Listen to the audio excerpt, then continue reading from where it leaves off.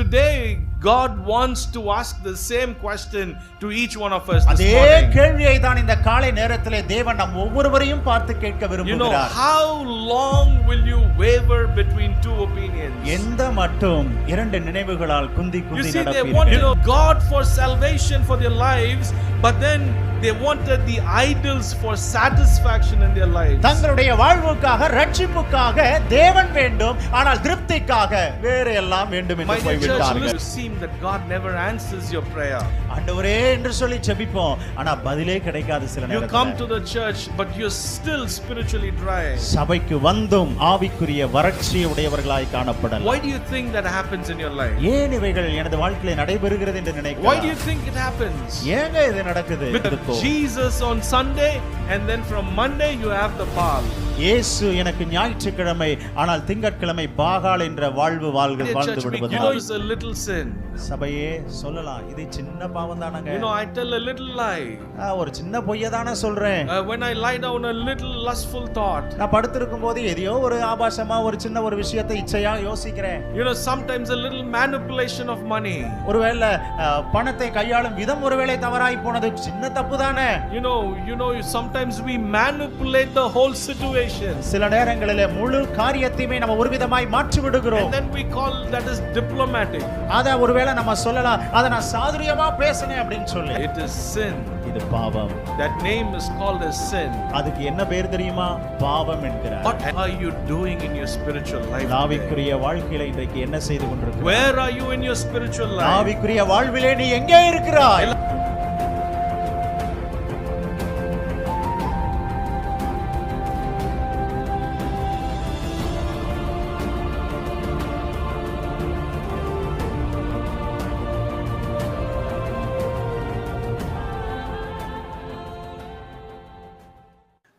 This morning I would like to take from the book of 1 Kings chapter 18. ஒன்று ராஜாக்கள் 18ஆம் அதிகாரத்திற்கு நான் உங்களை கொண்டு செல்ல விரும்புகிறேன். And I want to caption my sermon this morning as how long will you halt before two opinions? இரண்டு நினைவுகளால் எந்த மட்டும் குந்தி குந்தி நடப்பீர்கள்? You know, there is moments in the scripture when heaven interrupts the earth. பரலோகம் பூமியை தடுக்கிறதாக இடைபடுகிற ஒரு சம்பவங்கள் நேரங்கள் உண்டு. You know, there are divine interventions at time. தெய்வீக குறுக்கீடு இருக்கக்கூடிய நேரமாய் பரலோக குறுக்கீடு இருக்கிறது. You know, we talk about God being compassionate, God being loved. You know, God is an amazing God, is a gracious God. நம்முடைய தேவன் அற்புதமான தேவனாகவும் நம்முடைய தேவன் கிருபையுள்ள தேவனாகவும் இருக்கிறார். But at times God stops playing excuses with you and with me. ஆனால் சில வேளைகளிலே உங்களோடும் என்னோடும் நாம் சொல்லுகிற சாக்கு போக்குகளை தடுக்கக்கூடிய ஒரு சந்தர்ப்பத்தை தேவன் வைக்கிறார். And the story of Elijah is one of those moments in the Bible. எலியாவினுடைய சம்பவம் வேதாகமத்தில் இருக்கக்கூடிய ஒரு தெளிவான அதை குறித்த ஒரு சம்பவமாய் இருக்கிறது. You know, when you read this passage, or when you would have heard being read when the person read the passage, இந்த வேத பகுதியை வாசிப்பதை நாம் எல்லாரும் கேட்டோம். You know, how does Elijah the character come across? எப்படி எலியாவினுடைய குணாதிசயம் நமக்கு தென்படுகிறது? Is he coming as a very soft person? ஒரு மிருதுவான ஒரு நபராய் அவர் வருகிறாரா? மென்மையான நபராய்? Or is he coming whispering into the ears of people? அல்லது மக்களுடைய காதுக்கு இனிமையாய் பேசக்கூடிய ஒரு நபராக வருகிறாரா? Here Elijah, you would find, is not coming in front of the people as a whispering man, but as a thundering man. மக்களுக்கு செவிக்கு ஏற்றதை சொல்லி அவர்களை உற்சாகப்படுத்தக்கூடியவராய் எலியா வரவில்லை, ஆனால் இடி முழக்கமான ஒரு நபராய் எலியா வந்தார். You know, one question, when did Elijah live? Prophet Elijah live under whose reign? தீர்க்கதரிசியாக எலியா எந்த ராஜாவின் காலத்திலே வாழ்ந்தார்? You know, he lived under King Ahab and Jezebel the queen. Ahab Jezebel ராணியினுடைய காலத்திலே அவர் வாழ்ந்தார். You know, King Ahab was a very, very weak man. Ahab மிகவும் பலவீனமான ஒரு மனிதன். And Jezebel the queen is a wicked queen. ராணியானவள் மோசமானவளாய் இருந்தாள். You know, they say Jezebel was like a bulldozer. Jezebel என்பவள் மிகவும் மோசமான ஒரு நபராய் அவள் காணப்பட்டாள். they call her as a bulldozer. அவள் பல காரியங்களை இடிக்கக்கூடிய ஒரு நபராக அவள் இருந்தாள். Like a bulldozer. நம்ம பார்க்கற இல்லையா, புல்டோசர் மாதிரி அவங்க இருந்தாங்க. Today many pastors would have not stood if Queen Jezebel was alive. இப்பொழுது இருக்கிற अनेक ஊழியர்கள் எசபேல் இருக்கக்கூடிய ஒரு காலத்தில் இருப்பார்களானால் நின்று இருக்க முடியாது அவளுக்கு முன்பாக. The pastors would have ran away from the fear of Queen Jezebel. அப்படிப்பட்ட ஒரு பெண்மணிக்கு பயந்து अनेகர் ஓடி இருப்பார்கள். She had a wicked spirit in her heart. மிகவும் பொல்லாத குணமுடையவளாக காணப்பட்டாள் தன் ஆவியிலே. She killed anybody she wanted. தான் விரும்புகிறவர்களை கொலை செய்யக்கூடியவளாய் அவள் இருந்தாள். And the queen, this wicked queen, used a very weak king Ahab to implement what she wanted in the kingdom. அது மாத்திரமல்ல, தான் நினைக்கிறதை செய்யக்கூடிய ஒரு ராஜாவையும் அவள் உருவாக்கினாள். And then you would find in this passage that Baal worship was very common at that time. பாகால் வழிபாடும் கூட பொதுவான ரீதியாக நிறைய இடங்களிலே காணப்பட்டது. Worshipping idol was a compromise. விக்கிரக ஆராதனைக்கு தங்களை சமரசம் செய்து கொண்டார்கள். And sin was flooded in the nation. பாவம் தேசத்தில் பெருகி ஓடினதாய் இருந்தது. In other words, sin was a fashion and sin became a lifestyle of the people. அது மாத்திரமல்ல, மக்களுடைய நடைமுறை வாழ்விலே பாவம் என்பது பழக்கப்பட்ட ஒன்றாய் மாறி போனது. It was in one of these darkest periods Prophet Elijah lived at that time. இப்படிப்பட்ட இருளான காலத்திலே தான் தீர்க்கதரிசியாக எலியா வாழ்ந்தார். And in the darkness of time, Prophet Elijah brings a message to the kingdom. இருளின் நாட்களிலே செய்தியை கொண்டு வரக்கூடியவனாக இந்த எலியா காணப்பட்டார். One message in the darkest period. இருளின் மத்தியிலே ஒரு நல்ல செய்தியை கொடுத்தார். And what is that message? அந்த செய்தி என்ன? The Lord, He is God.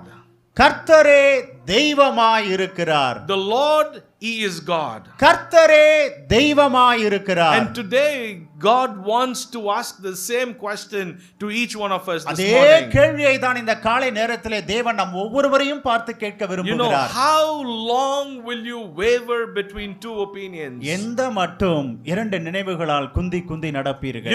You will be on a Sunday morning at this church. ஞாயிற்றுக்கிழமையிலே இந்த ஆலயத்தில் நீங்கள் அமர்ந்திருக்கலாம். And then you would go outside and live a different life. சபையை விட்டு வெளியே சென்ற பின்பு வேறொரு வாழ்வை வாழலாம். Inside the church you will listen to a sermon. சபைக்குள்ளாக செய்தியை நன்றாய் கேட்கலாம். And when you go outside and the home, as you switch on the phone, you will see different kind of reels at home. வெளியே சென்று தன் வீடுகளுக்கு சென்ற பின்பு போன்ல நிறைய ரீல்ஸை பார்க்கிறவர்களாக மாறி போகலாம். And sometimes the reels that are abusing. பார்க்கிற காரியங்கள் ஒருவேளை மோசமானவைகளா இருக்கலாம். Nobody knows and nobody sees you. யாருமே உங்களை பார்ப்பது கிடையாது, நீங்கள் என்ன செய்கிறீர்கள் என்று. You lie at times. பொய் பேசுகிறவர்களாகவும் இருக்கலாம். The lustful thoughts that come to our mind. இச்சையான சிந்தனைகள் மனதிலே வரலாம். And then again you come on a Sunday morning to the church. மறுபடியும் ஞாயிற்றுக்கிழமை ஆலயத்துக்குள்ள வந்தாச்சு. You sing so beautifully. அழகாய் பாடலை பாடுகிறீர்கள். You listen to the sermon. சத்தியத்தை நன்றாய் கேட்கலாம். You read the Bible. வேத வாசிக்கலாம். And then you pray in the church. ஜெபிக்கலாம் சபையில. But the question that God asks you this morning. ஆனால் கேள்வியாக தேவன் இந்த காலை நேரத்திலே கேட்பது என்னவென்றால், how long will you run between these two in your life? எந்த மட்டும் உங்கள் வாழ்விலே இப்படி இரண்டு நினைவுகளால் குந்தி குந்தி ஓடிக்கொண்டிருப்பீர்கள்? If the Lord be your God, தேவன் அவரே கர்த்தர் உங்கள் தேவனாய் இருப்பாரானால் follow him. அவரை பின்பற்று. If Baal is your God, அல்லது பாகால் தான் தெய்வம் என்று சொல்வோமானால் then follow him. அவனை பின்பற்றுங்கள். This is the question that comes to the church this morning. இதைத்தான் இந்த காலை நேரத்திலும் கர்த்தர் சபைக்கு முன்பாக ஒரு கேள்வியாக வைக்கிறார். Don't oscillate between two of the things here. இரண்டு காரியங்களுக்கு மத்தியிலே அல்லல் படுகிறவர்களாய் இருக்க வேண்டாம். One side God and the other side world. ஒரு பக்கம் தேவன், இன்னொரு பக்கம் உலகம். If God is your Lord, then follow him. அவரே என்னுடைய கர்த்தர் தேவன் என்று சொல்வேனானால் அவரை நான் பின்பற்ற வேண்டும். And the story of Elijah. எலியாவினுடைய சம்பவம். It's not a very soothing story. இது ஒருவேளை மெதுவான ஒரு கதை என்று சொல்ல முடியாது. It's a confronting story where you and I can learn some lessons. அதிலிருந்து நாம் கற்றுக்கொள்ளக்கூடிய சம்பவங்களை பாடங்களை உடைய ஒரு பாடமாய் இருக்கிறது. And I pray that even as we finish this sermon this morning, இந்த காலை நேரத்தில் இந்த செய்தியை நம்ம முடிக்கும்போது that God will speak with us. கர்த்தர் நம்மோடு பேசுவாராக. And that we will be convicted in our hearts. நாமும் நம்முடைய இருதயத்திலே உணர்த்தப்பட்டவர்களாய் இருக்கட்டும். And then we'll truly say, உண்மையாகவே the Lord is God and I will follow my God. கர்த்தரே தேவன், அவரையே பின்பற்றுவேன் என்று நம்ம சொல்ல வேண்டும். Let's look into the text. வேத பகுதியை பார்க்கலாம். You know, in 1 Kings chapter 17 and verse 1, 1 ராஜாக்கள் 17ஆம் அதிகாரம் 1வது வசனம், it says, Elijah declares, there shall not be dew nor rain these years, but according to my word. எலியா சொல்கிறார், இந்த வருஷங்களிலே பனியும் மழையும் பெய்யாதிருக்கும் என்று இஸ்ரவேலின் தேவனாகிய கர்த்தருக்கு முன்பாக தன் ஜீவனை கொண்டு சொல்லுகிறேன் என்கிறார். You know, in chapter 18 you would find in Mount Carmel there is a fire that is coming down. 18ஆம் அதிகாரத்திலே கர்மேல் மலையிலே அக்கினியை இறக்குவதை நம்ம பார்க்கிறோம். And in verse 17 something else happens. 17ஆம் அதிகாரத்திலே இன்னொரு சம்பவம் நடைபெறுகிறது. You know, before the fire comes there is a famine in the land. அக்கினி வருவதற்கு முன்பதாக தேசத்திலே பஞ்சம் இருந்தது. You know, before the revival begins there is a dryness in the land. எழுப்புதல் வருவதற்கு முன்பதாக ஒரு வறட்சி காணப்பட்டது தேசத்திலே. Why is that?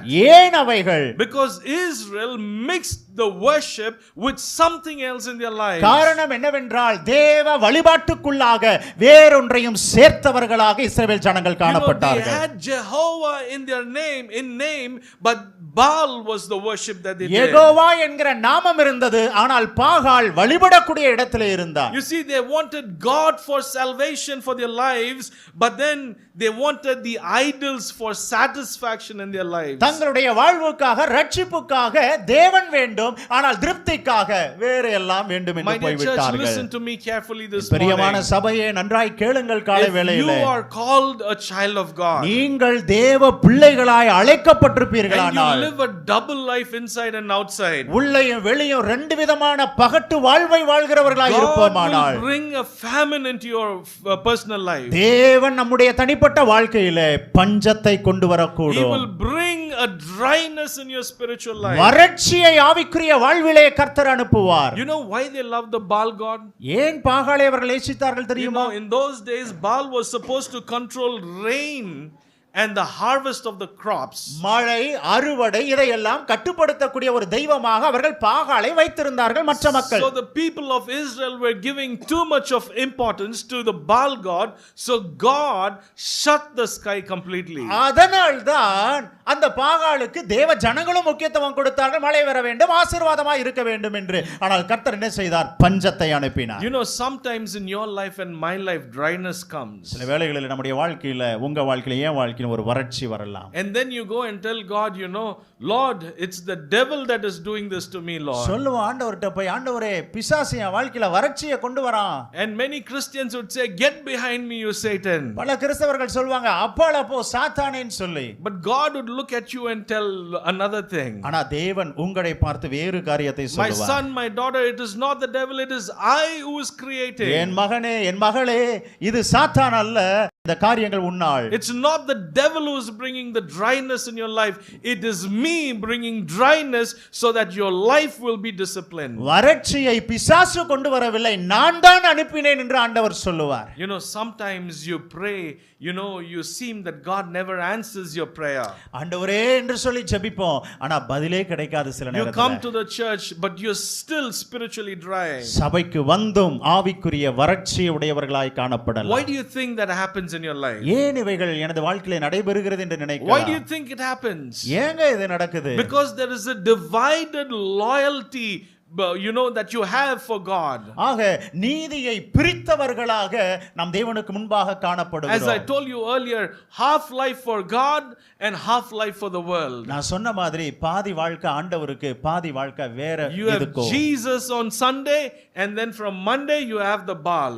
இயேசு எனக்கு ஞாயிற்றுக்கிழமை, ஆனால் திங்கட்கிழமை பாகால் என்ற வாழ்வு வாழ்ந்து விடுவதனால. You know, you worship on a Sunday, then you watch pornography on the weekdays. ஞாயிற்றுக்கிழமை ஒருவேளை ஆண்டவரை ஆராதிக்கலாம், ஆனால் திங்கட்கிழமை மற்ற நாட் பார்க்கும் பொழுது ஆபாச காரியங்களை ஒருவேளை பார்த்து கொண்டிருக்கலாம். All lustful things and desires flood your mind. எல்லா இச்சையான காரியங்களும் மனதிலே நிரம்பியவர்களாய் You இருக்கலாம். sing the hymn so beautifully, but then harbor bitterness in your heart. ரொம்ப அழகா பாமாலைகள் எல்லாம் பாடிவிடலாம், ஆனால் இருதயத்திலோ கசப்பான அனுபவங்கள். Sometimes we come and give beautiful testimony in front, but we refuse to forgive our own family members. சில வேளைகளிலே அழகாய் நின்று சாட்சி சொல்லிவிட்டு செல்லலாம், ஆனால் சொந்த குடும்பத்தை மன்னிக்க முடியாமல் You வாழலாம். see, you compromise into the world. உலகத்திலே சமரசம் செய்கிறவர்களாய் போய்விடலாம். And today God calls us not to compromise. இந்த காலை நேரத்திலும் ஆண்டவர் அழைக்கிறார், இப்படிப்பட்ட சமரசம் வேண்டாம் என்று. And that is what the church need to teach every சபை believer. இதுதான் அவசியமுள்ள ஒரு போதனையாக இருக்கிறது நம்ம Because ஒவ்வொருவருக்கும். compromise brings a spiritual dryness. அப்படி ஒரு சமரசம் வருமானால் ஆவிக்குரிய வறட்சி ஏற்படும். Let me tell you a story. ஒரு கதையை நான் சொல்கிறேன். There was a farmer who lived near a dam. ஒரு நீர்த்தேக்கமான இடத்திற்கு பகுதியிலே ஒரு விவசாயி வாழ்ந்தார். So the people from the dam, the authorities have told him all the time, if you see any crack, let us know. ஆக அந்த நீர்த்தேக்கத்திற்கு அருகில் இருந்தவர்களுக்கு ஒரு அறிவிப்பை கொடுத்திருந்தார்கள், ஒருவேளை விரிசலை பார்ப்பீர்களானால் நீங்கள் எங்களுக்கு சொல்ல வேண்டும் என்று. So the man used to check that every single day if there is a crack in the dam. ஒவ்வொரு நாளும் அந்த நீர்த்தேக்கத்தை போய் பார்ப்பாராம், அங்கே விரிசல் இருக்கிறதா என்று. So there was no crack in the walls of the dam. அப்படி பார்க்கும்போது அந்த டேம்ல எந்த ஒரு விரிசலும் இல்லை. But one day he saw a little water trickling down that wall. ஆனால் ஒரு நாள் பார்க்கும் பொழுது சொட்டு சொட்டாய் நீர் அங்கிருந்து தண்ணீர் வந்து கொண்டிருந்தது. And this man thought, it's only a few drops of water running down. அந்த மனுஷன் நினைச்சாராம், ஏதோ ஒரு கொஞ்சம் தான தண்ணி வருது, அதனால ஒண்ணும் பிரச்சனை இல்ல. Nothing is going to happen. ஒன்றும் நடக்க போவதில்லை. The wall is so massive, so large, nothing is going to happen. இந்த சுவர் ரொம்ப அகலமா இருக்கிறது, பெரிதா இருக்கிறது, இது ஒன்றும் செய்யாது என்று நினைத்தார். 1 week went by. ஒரு வாரம் சென்றது. Then 2 months went by. 2 மாதங்கள் சென்றது. 6 months went by. 6 மாதங்கள் போனது. Suddenly he one day came to his field. திடீரென்று ஒரு நாள் தன்னுடைய வயலுக்கு அவர் வந்தாராம். The entire structure collapsed and flooded the place. அங்க இருந்த முழு கட்டமைப்புமே ஒன்றுமில்லாமல் இடிந்து விழுந்ததாக இருந்தது. You see, இருந்தது. the little crack he dismissed and ignored. ஒரு சிறிய ஒரு துவாரம் தான் ஒரு பெரிய விளைவை He ஏற்படுத்தியது. compromised and he was responsible for the flooding of the entire land. அத சரி செய்ய விடாமல் அவன் இப்படி செய்ததனால், சமரசம் செய்து கொண்டதனால அந்த முழு விளைவுக்கும் அவனே காரணமாய் மாறிவிட்டான். My dear church, we call this a little sin. சபையே சொல்லலாம், இது சின்ன பாவம் தானங்க. I tell a little lie. ஒரு சின்ன பொய்ய தானே சொல்றேன். When I lie down a little lustful thought. நான் படுத்திருக்கும் போது எதையோ ஒரு ஆபாசமா ஒரு சின்ன ஒரு விஷயத்தை இச்சையா யோசிக்கிறேன். Sometimes a little manipulation of money. ஒருவேளை பணத்தை கையாளும் விதம் ஒருவேளை தவறாய் போனது, சின்ன தப்பு தானே. Sometimes we manipulate the whole situation. சில நேரங்களிலே முழு காரியத்தையுமே நம்ம ஒரு விதமாய் மாற்றி விடுகிறோம். And then we call that is diplomatic. அத ஒருவேளை நம்ம சொல்லலாம், அத நான் சாதுரியமா பேசனேன் அப்படினு சொல்லி. And then you will say, that's my personality. அது ஒருவேளை என்னுடைய குணாதிசயமா இருக்கிறது. Many times you would have heard people, that's a nature. பல நேரத்துல சொல்லுவாங்க, எப்பா அது அவருடைய குணம்பா அப்படினு சொல்லி. That's his nature. அது இவருடைய குணம். And then we say, hey, I'm going to live like this because nobody in the world is perfect. எப்பா நான் இப்படி தான் வாழ்வேன், யாருமே பூரணமானவங்க உலகத்துல இல்ல. And God tells us this morning very clearly. தேவன் இந்த காலை நேரத்திலே நம்ம இடத்துல தெளிவாய் பேசுகிறார். It's not your nature, it's not your personality. அப்பா உன்னுடைய குணம் இல்ல, உன்னுடைய சாதுரியம் கிடையாது. It is sin. இது பாவம். That name is called as sin. அதுக்கு என்ன பேர் தெரியுமா? பாவம் என்கிறார். And dryness will follow in your life. வறட்சி உன் வாழ்விலே வரும் என்கிறார். And God is asking us this morning. காலை வேளையிலே தேவன் நம்மை பார்த்து கேட்கிறார். Why is there a dryness in your life? ஏன் உன் வாழ்விலே வறட்சி இருக்கிறது? Why is there no joy in your life as you had? வாழ்விலே சந்தோஷம் இல்லாமல் போய் விட்டது. Where is that peace that has evaporated completely in your life? உனக்குள்ளாக இருந்த சமாதானம் எங்கே ஆவியாய் போய் விட்டது? And God is asking us to examine our heart this morning. நம்மை நாமே ஆராய்ந்து பார்க்கும்படியாக காலை நேரத்திலே கர்த்தர் நம்மை உணர்த்துகிறார். None of us who are sitting here are saints today. இங்க உட்கார்ந்து இருக்கிற யாரும் முழு பரிசுத்தவான்கள் கிடையாது. We sin every day. நாட்கள் நாம் பாவம் செய்யக்கூடியவர்களாய் இருக்கிறோம். Every day we sin in our mind, in our thoughts or in our deeds. deeds. நம்முடைய சிந்தனையிலே, செயல்களிலே, பேச்சிலே தவறுகிறவர்களாய் இருக்கிறோம். That's why the next day when we wake up and come into prayer, we pray this. அடுத்த நாள்ல நம்ம எழுந்து வரும்பொழுது ஜெபிக்கும் போது நாம இத சொல்றோம். Father, forgive me, Lord. பிதாவே, என்னை மன்னியுங்க. Somewhere I have sinned in my mind, Lord. எங்கேயோ என் வாழ்க்கையில மனதில நான் தவறி விட்டேன். You know, everybody we sin day after day. ஒவ்வொரு நாளுமே தவறுகிறவர்களாகவே மனிதர்களாகி நம்ம வாழ்கிறோம். And we lose the joy and the peace of salvation in our heart. ரட்சிப்பின் சந்தோஷத்தையும் சமாதானத்தையும் இழந்து போகிறோம். And today, where have you lost those? எங்க அந்த சந்தோஷங்கள் எல்லாம் போய் விட்டது? And God is asking us, examine your heart today, examine your heart. இருதயத்தை ஆராய்ந்து பார்க்கும்படியாக தேவன் நம்மை கேட்கிறார். Secondly, இரண்டாவதாக, look at what happens on Mount Carmel. கர்மேல் மலையிலே என்ன நடந்தது என்பதை கவனியுங்கள். Look at 1 Kings chapter 18 and verse 21. 1 ராஜாக்கள் 18:21 கவனியுங்கள். Somebody. அப்பொழுது எலியா சகல ஜனத்தண்டைக்கும் வந்து, நீங்கள் எந்த மட்டும் 2 நினைவுகளால் குந்தி குந்தி நடப்பீர்கள்?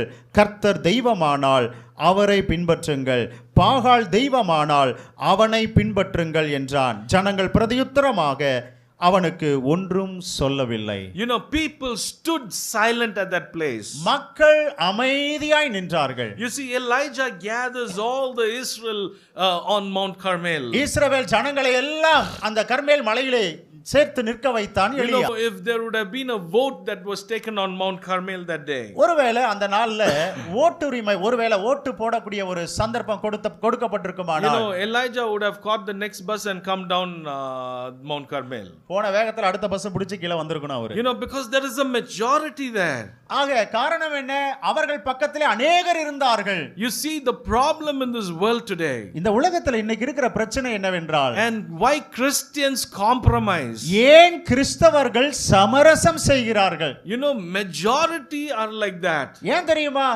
பெருங்கூட்டம் அந்த பக்கம் இருக்குது, அதனால தான் சமரசம். You know, but even though they are majority, it doesn't mean that they are doing the right thing. பெருங்கூட்டம் ஒரு பகுதியில் இருக்கிறதுனால அவங்க சரியா இருக்கறாங்கன்னு அர்த்தம் இல்ல. You cannot judge the morality of a people just because they are large in number. மக்களுடைய குணம் நல்லது அல்லது அவர்களுடைய செயல்கள் சரி என்று பெரும்பான்மையை வைத்து தீர்மானிக்க முடியாது. And you will find in that passage, அந்த சம்பவத்தை இந்த வேத பகுதியிலே பார்க்க முடியும். You will notice something, that Elijah never negotiated with them. இந்த இடத்துல எலியா அங்கு எந்த ஒரு காரியத்திலும் அவன் தன்னை வணங்கி கொடுக்கவில்லை. You know, he doesn't soften the truth there. அந்த இடத்துல சத்தியத்தை லகுவாக்கி அங்க எதையும் அவர் செய்யல. And he does not seek a middle ground. அங்கே ஒரு மத்தியத்தில் நிற்கக்கூடிய ஒரு நபராகவும் அவர் இல்லை. But he demands a decision.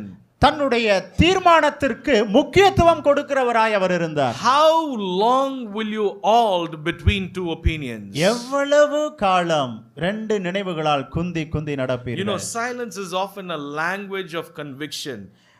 அமைதி சில நேரங்களிலே புரிந்து கொண்டதனுடைய மொழியா இருக்கு. You know, people, the Bible says people do not speak a single word. சில வேளைகளிலே மக்கள் ஒன்றும் பேசாமல் இருப்பது உண்டு. Maybe all of us are silent this morning. இந்த காலை நேரத்துல எல்லாரும் ஒருவேளை அமைதியா இருக்கலாம்னு நினைக்கிறேன். I don't know whether I'm telling is right or whether I'm telling is wrong. சரியா தான் சொல்றேனா இல்ல தப்பா சொல்றேனா?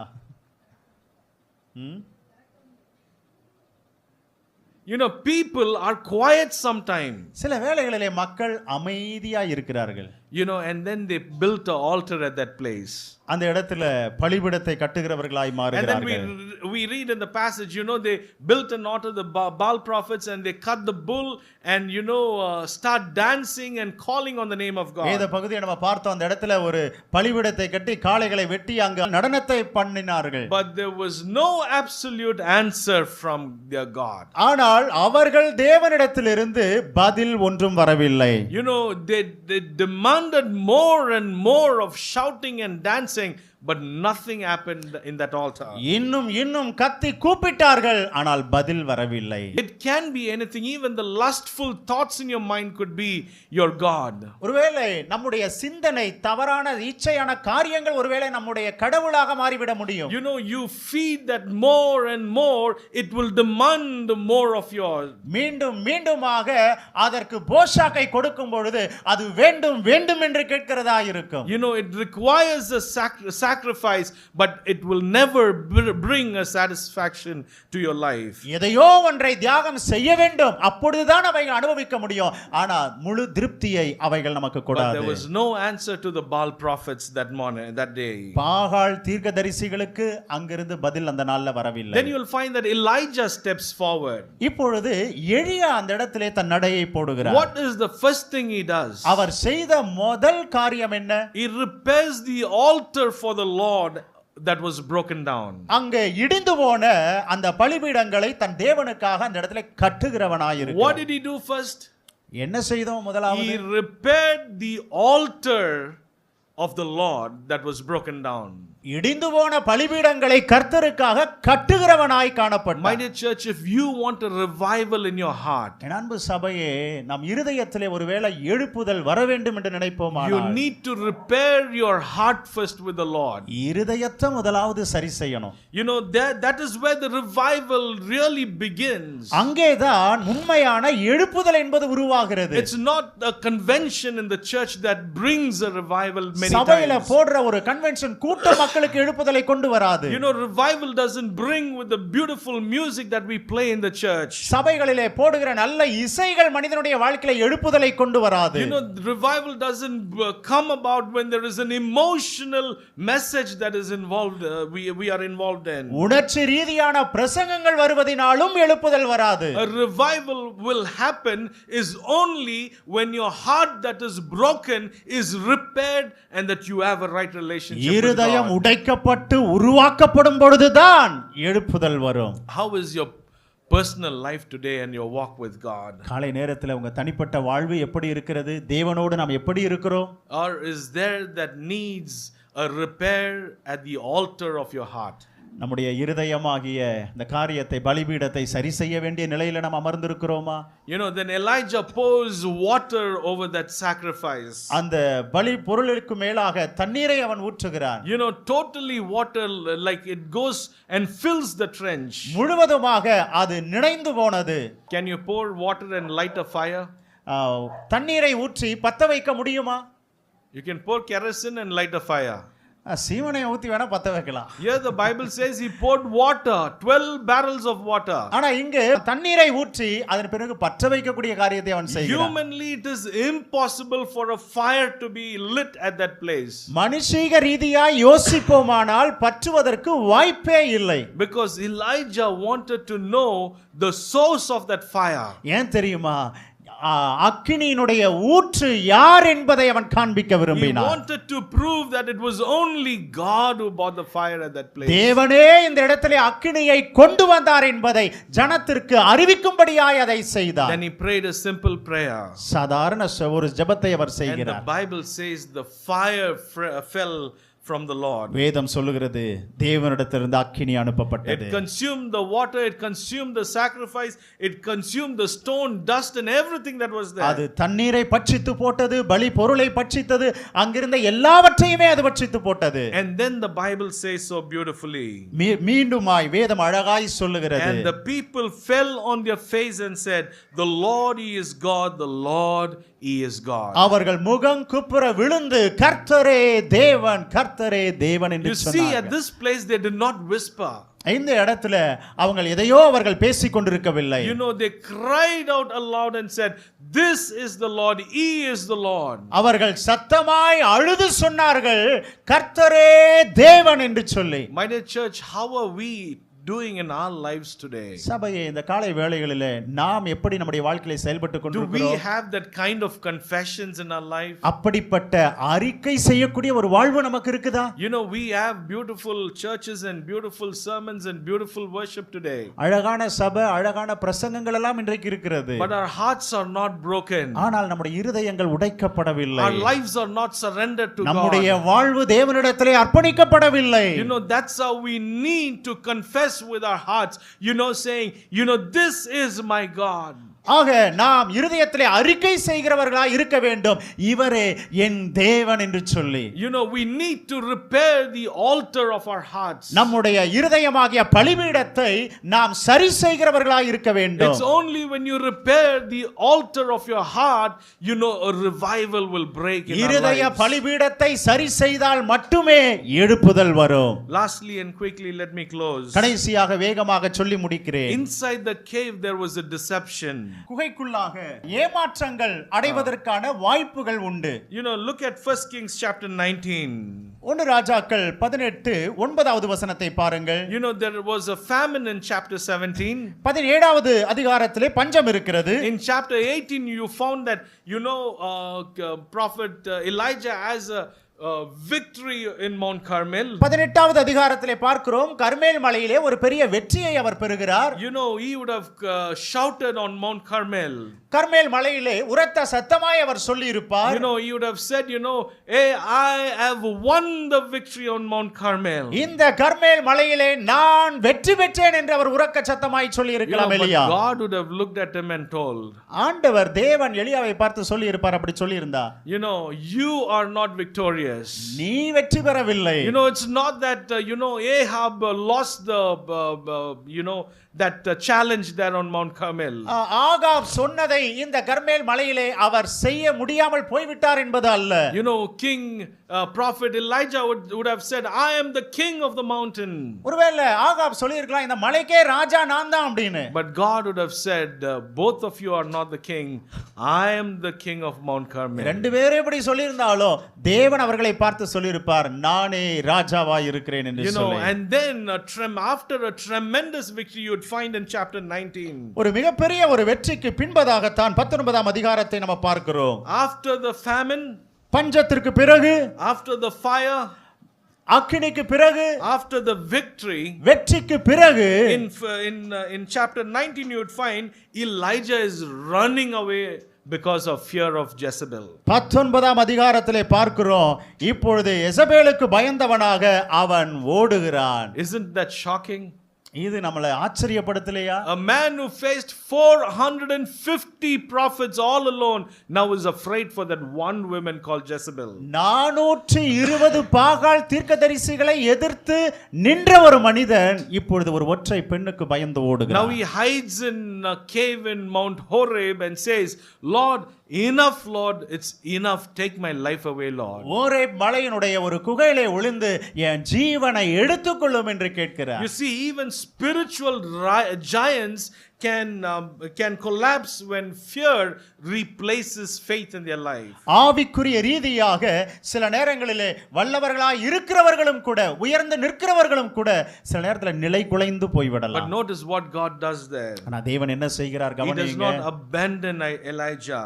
ஆனா இந்த இடத்துல தேவன் அவனை அப்படியே விட்டு விடவில்லை. He feeds him. அவனை அவர் போஷிக்கிறார். He strengthens him. அவனை பலப்படுத்துகிறார். And then he asks him a question. அதுக்கப்புறம் எலியாவை பார்த்து ஒரு கேள்வியை கேட்கிறார். Elijah, what are you doing here, Elijah? What are you doing here? எலியா, என்ன செய்து கொண்டிருக்கிறாய் இங்கு? You know, that's a question that God looks at us and asks us this morning. அதைத்தான் இந்த காலை நேரத்தில் உங்களையும் என்னையும் பார்த்து தேவன் கேட்கிறார், என்ன செய்து கொண்டிருக்கிறாய்? What are you doing in your spiritual life today? ஆவிக்குரிய வாழ்க்கையில இன்றைக்கு என்ன செய்து கொண்டிருக்கிறாய்? Where are you in your spiritual life? ஆவிக்குரிய வாழ்விலே நீ எங்கே இருக்கிறாய்? Elijah, you once burned with passion, Elijah. எலியா ஒரு மிகப்பெரிய ஒரு காரியங்களை செய்யக்கூடியவனாய் அக்கினி ஜுவாலையாய் இருந்தார். Now you look sitting here so cold in life. ஆனால் இப்பொழுதோ தன் வாழ்வில் குளிர்ந்து போனவனாய் காணப்படுகிறார். Elijah, once you served me so faithfully, Elijah. ஒரு நாளில் எனக்கு நீ உண்மையாய் சேவித்தாய். Now why are you so distant, Elijah? ஏன் இப்பொழுது என்னை விட்டு தூரமாய் இருக்கிறாய்? Elijah, you once wept over souls, Elijah. அநேக ஆத்துமாக்களுக்காக நீ கண்ணீர் விட்டு அழுதாயே எலியாவே. Elijah, why are you so indifferent today, Elijah? இப்பொழுது ஏன் நீ வித்தியாசமாய் இருக்கிறாய் என்று கர்த்தர் கேட்கிறார். And that's the same question that God wants to ask us. இதைத்தான் தேவன் நம்மையும் பார்த்து கேட்கிறார். You burned once with passion for Jesus. ஆண்டவருக்காக நீ ரொம்ப அக்கினியாய் பட்சித்து ஓடினாய் ஜீவித்தாயே, You served one so faithfully to God. உண்மையாய் கர்த்தருக்காக ஜீவித்தாயே, You were so walking so closely with me. என்னோடு கூட நெருக்கமாய் நடந்தாயே. But Elijah, what are you doing at this place, Elijah? எலியாவே இப்பொழுது என்ன செய்து கொண்டிருக்கிறாய்? You know, Elijah thought, that he was all alone. எலியா நினைச்சார் நம்ம தனிமையா இருக்கிறோம்னு சொல்லி. Lord, only myself, Lord. I alone am left, Lord. ஆண்டவரே, நான் மட்டும்தான் தனியா இப்பொழுது கைவிடப்பட்டிருக்கிறேன். Then God says, looking at him, அவனை பார்த்து ஆண்டவர் சொன்னாரு, Elijah, I have reserved 7,000 Elijah. எலியாவை பார்த்து சொல்கிறார், 7000 அற்புதங்களை நான் உனக்கு முன்பாக நான் கொண்டு வந்து நிறுத்தி காண்பிக்கிறேன். And then the Bible says that God spoke with him. ஆண்டவர் அவனோடு பேசினார் என்று வேதம் God did not சொல்கிறது. speak with him in the wind. ஆண்டவர் அவனோடு கூட காற்றிலே அவர் பேசவில்லை. Not in the earthquake or in the fire. ஒருவேளை பூமி அதிர்ச்சியிலோ அக்கினியின் மூலமாகவோ பேசவில்லை. But God spoke with him in a still small voice. ஆனாலும் கர்த்தர் அவனோடு கூட மெல்லிய சத்தத்தோடு பேசினார். My dear church, I want you to listen carefully. சபையே நன்றாய் கவனியுங்கள். When you are outside in the world, உலகத்திலே நீங்கள் வெளியிலே இருக்கும் பொழுது, God speaks with you at all times. எல்லா நேரத்திலும் தேவன் நம்மோடு பேசுகிறவராய் God இருக்கிறார். speaks with you in that still small voice. இன்னும் ஆண்டவர் மெல்லிய சத்தத்தோடு எங்கிருந்தாலும் பேசுகிறவராய் And இருக்கிறார். what is he speaking all the time? என்ன நம்மோடு தேவன் பேசுகிறார் பேசும்போதெல்லாம்? Repent. மனம் திரும்பு. Return. திரும்பி வா. And repair the altar of your heart. இருதய பலிபீடத்தை சரிசெய் என்று பேசுகிறார். And that's what God will speak with you at all time. அதைத்தான் தேவன் நம்மிடத்திலே எப்பொழுதும் பேசுகிறவராய் இருக்கிறார். When God doesn't want you to go that side. ஆண்டவர் நம்மை அவரை விட்டு போவதற்கு அவர் இடம் கொடுப்பதில்லை. Jonah, don't go there, Jonah. ஆண்டவர் போக வேண்டாம் என்று யோனாவை பார்த்து சொன்னார். Go this side, Jonah. நீ போக வேண்டிய பக்கம் இந்த பக்கம். But when you do something in the world, when you go that side, உலகத்திலே நீ போய் பல காரியங்களை செய்யும் பொழுது, and God will whisper in your ears, உடைய காதுகளிலே கர்த்தர் பேசுகிறவராய் இருக்கிறார். Return to me this side. திரும்பி வா, இந்த பக்கம் வா. Repent, don't go there, don't do that. மனம் திரும்பு, அதை செய்யாதே. And that's the call today from God for each one of us. அதே அழைப்பை தான் இந்த காலை நேரத்திலே கர்த்தர் உங்கள் ஒவ்வொருவருக்கும் எனக்கும் கொடுக்கிறார். This is just not the story of Elijah. இது ஏதோ எலியாவினுடைய ஒரு கதை என்று நினைத்து விடாதீர்கள். This is the story of each one of us who are seated here. இங்கே அமர்ந்திருக்கிற நம் ஒவ்வொருவரின் வாழ்வும் இதுதான். Because we live in that kind of a generation where people worship Baal. ஏனால் இப்படிப்பட்ட பாகாலை வழிபடக்கூடிய ஒரு மக்கள் மத்தியிலே தான் நீங்களும் நானும் வாழ்கிறோம். That time they had a different god, but today we have the same bondage that we live in. அன்றைய காலகட்டங்களிலே இருந்ததும் இப்பொழுது இருக்கிறதும் ஒருவேளை பெயர்களில் மாற்றம் இருக்கலாம், ஆனால் அதே அடிமைத்தனத்தை தான் பார்த்துக் கொண்டிருக்கிறோம். Running after money, பணத்திற்கு பின்பாக ஓடுகிறது, running after sex, பாலியலுக்கு பின்பாக ஓடுகிறது, running after pornography, ஆபாச படங்களுக்கு பின்பாக ஓடுவது. There are so many comforts that we run behind. அநேக காரியங்களுக்கு பின்பாக ஓடக்கூடிய விஷயங்கள். We don't bow down immediately. ஒருவேளை உடனடியாக நம்ம ஒருவேளை தலைவணங்கி விடாமல் இருக்கலாம். Eventually we bow down to all of these. கொஞ்சம் கொஞ்சமா இவைகளுக்கெல்லாம் நம்மை விட்டு கொடுத்து விடலாம். And today God is asking us through his word. இன்றைக்கு தம்முடைய வார்த்தையின் மூலமாய் கர்த்தர் கேட்கிறார். How long? எவ்வளவு காலம்? How long will you play with that sin? எவ்வளவு காலம் இந்த பாவத்தோடு விளையாடி கொண்டிருப்பாய்? How long will you run away from me? எவ்வளவு காலம் என்னை விட்டு ஓடிக்கொண்டே இருப்பாய்? How long will you grieve the Holy Spirit? எவ்வளவு காலம் பரிசுத்த ஆவியானவரை துக்கப்படுத்திக் கொண்டே இருப்பாய்? We need to have a conviction in our heart. இருதயத்திலே ஒரு உணர்த்துதல் அவசியம். The Bible says in Acts chapter 2, அப்போஸ்தலர் 2 வேதம் சொல்லுகிறது, when the Spirit fell upon them, their hearts were pierced. They were pierced in their heart. அவர்கள் மேல் பரிசுத்த ஆவியானவர் இறங்கும் பொழுது அவர்கள் ஆவியிலே அவர்கள் குத்தப்பட்டவர்களாய் இருந்தார்கள். That's what the truth of the scriptures will do.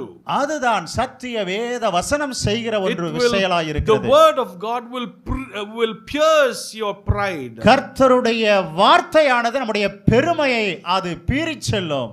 The word of God will expose your compromise that you do in the world. உலகத்தில் நாம் செய்கிற சமரசங்களை காண்பிக்க கூடியதாய் வேதம் இருக்கிறது. The word of God will cut the lies that you speak. கர்த்தருடைய வார்த்தையானது நாம் பேசும் பொய்களை அது துண்டித்து விடுகிறதாய் இருக்கும். It will cut down every single thing that's not pleasing God. கர்த்தருக்கு பிரியமில்லாத காரியங்கள் ஒவ்வொன்றிலும் இருந்து நம்மை பாதுகாக்கிறதாக கர்த்தருடைய வசனம் And இருக்கிறது. the Bible says when they were pierced at heart, what happened? தங்களுடைய இருதயத்திலே குத்தப்பட்டவர்களாய் அவர்கள் போனபோது என்ன The செய்தார்கள்? Bible says they cried. வேதம் சொல்லுகிறது அவர்கள் சத்தமிட்டு அழுதார்கள். And then they asked, men and brethren, what should we do? அவங்க கேட்டாங்க, மக்களை நாங்கள் என்ன செய்ய வேண்டும் என்று, சகோதரர்களே என்ன செய்ய வேண்டும்? Peter didn't say, feel better for yourselves.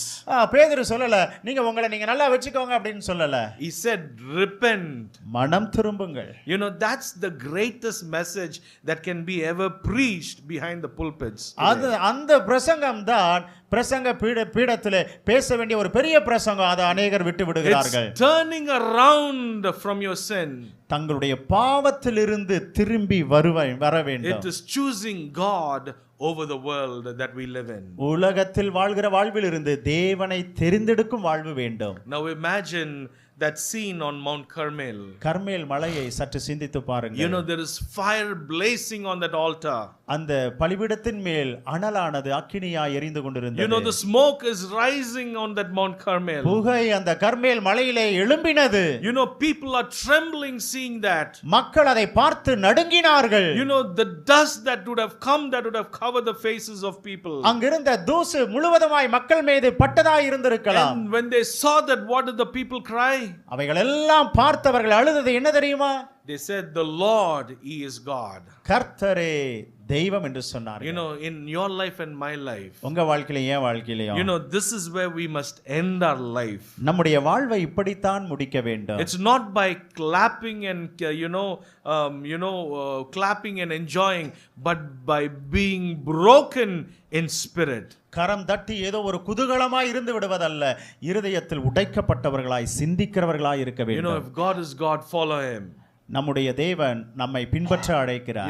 The question today to each one of us, நம்ம எல்லாருக்கும் இருக்கிற ஒரு கேள்வி இந்த நாளில் இதுதான். we are all children of God who are seated here today. நீங்க அமர்ந்திருக்கிற எல்லாரும் தேவ பிள்ளைகளாய் இருக்கிறோம். We know that our God is a holy God. நம்முடைய தேவன் பரிசுத்தர் என்பதை அறிவோம். So what we need to do? என்ன செய்ய வேண்டும்? We need to stop playing with the world. உலகத்தோடு விளையாடுவதை நிறுத்த வேண்டும். We know that our God is a savior. நம்முடைய தேவன் இரட்சகர் என்பதை அறிவோம். Then what should we do? We should surrender our lives completely. அறிந்து என்ன செய்ய வேண்டும்? முழுமையாய் நம் வாழ்வை அவருக்கு ஒப்புக்கொடுக்க வேண்டும். We know that He is our Lord. What should we do? We should obey completely to Him. அவரே கர்த்தர் என்பதை அறிந்திருக்கிறோம். அந்த அறிவு என்ன செய்கிறது? அவருக்கு தன்னை அர்ப்பணிக்க கொண்டு போக வேண்டும். And I want to ask you this morning. உங்களை பார்த்து ஒரு கேள்வியை காலை நேரத்தில் கேட்கிறேன். You know yourself. உங்களை நீங்கள் அறிவீர்கள். And I know myself. என்னை நான் நன்கு அறிவேன். And God knows both of us. நம்ம எல்லாரையும் கர்த்தர் அறிவார். If there is something that we need to repent this morning, let us bring that to the altar of God. மனம் திரும்ப வேண்டிய காரியங்கள் நம்மத்தில் இருக்குமானால் காலை நேரத்தில் நாம் அதை பலிபீடத்திலே கொண்டு வருவோம். If there is something that we need to forgive, let's bring that to the altar this morning. மன்னிக்க வேண்டியவை இருக்குமானால் ஆண்டவரிடத்திலே கொண்டு வருவோம். Is there something that is hidden, even my family doesn't know, let me bring it to the altar of God. ஐயா, என் குடும்பத்துக்கு கூட தெரியாதுன்னு சொல்லக்கூடிய விஷயங்கள் இருக்குமானால், பாவமாய் இருக்குமானால் கொண்டு வருவோம் பலிபீட தண்டையிலே. Maybe we call ourselves as Christian, but there is no fire in our life.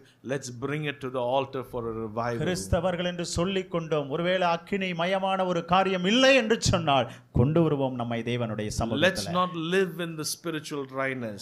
ஆவிக்குரிய வறட்சியிலே வாழ வேண்டாம்.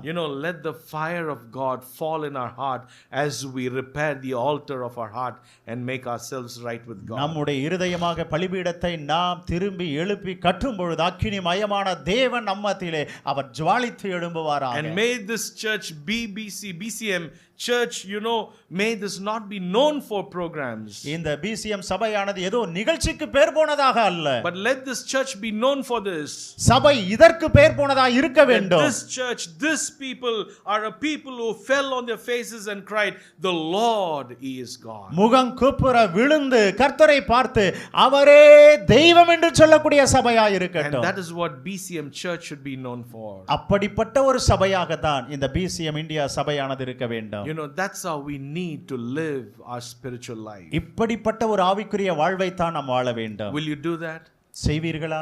Let's not live a double double thinking life. ரெண்டு நினைவுகளோடு வாழக்கூடிய ஒரு வாழ்க்கை Let's வேண்டாம். not live a compromised life. சமரசம் பண்ற வாழ்க்கை வேண்டாம். You know, let's not let not God ask us again, which side are you? தேவன் நம்மை பார்த்து எப்பா நீ எந்த பக்கம் இருக்கிற கேட்க வேண்டாம். We'll always be on God's side. எப்பொழுதுமே நாம் தேவன் பக்கத்தில் இருக்கிறவர்களாய் இருப்போம். Will you be like that in your life? அப்படி நம்முடைய வாழ்க்கையில நாம் இருப்போமா? Let's look to the Lord in prayer. கர்த்தரை நாம் நோக்கி பார்க்கலாம், ஜெபிப்போம்.